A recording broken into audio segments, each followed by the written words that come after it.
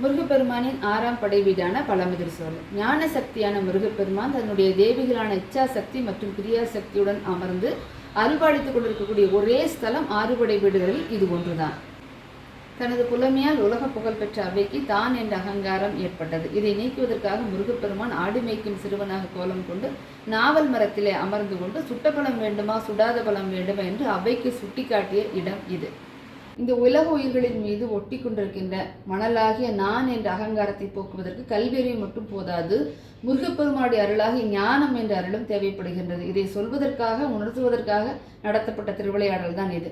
இங்கு சென்று முருகப்பெருமானை நாம் வழிபாடு செய்ய நான் என்ற அகங்காரம் சென்று ஞானம் கிடைக்கிறது. அது மட்டுமல்ல, நிலைத்த செல்லும் நீடித்த புகழும் நமக்கு வாய்க்கப்பெறுகிறது. தெய்வானை தேவியுடன் மனக்கோலம் கொண்டு திருப்பரங்குன்றம் வாழ்கின்றவன், நீ தேவர்களை காத்திடவே வீரமுடன் வேலெடுத்து செந்தூரில் ஆழ்கின்றவன், மாங்கனிக்கு கோபம் கொண்டு பார்ப்புகளும் பழனியிலே ஆண்டி என கோலம் கொன்றவன், நீ தத்துவத்தின் சாரெடுத்து சுவாமி மலை எல்லையிலே தகப்பனுக்கு பாடம் சொல்லவன், காவலென நின்ற பெரும் சினம் தனிந்த தனிகையிலே கண்குடிர காட்சி தந்தவன், நீ பாங்குடனே அருள் தரவே பழமுதிரும் சோலையிலே பரஞ்சோதியாய் நின்றவன், பரஞ்சோதியாய் நின்றவன்.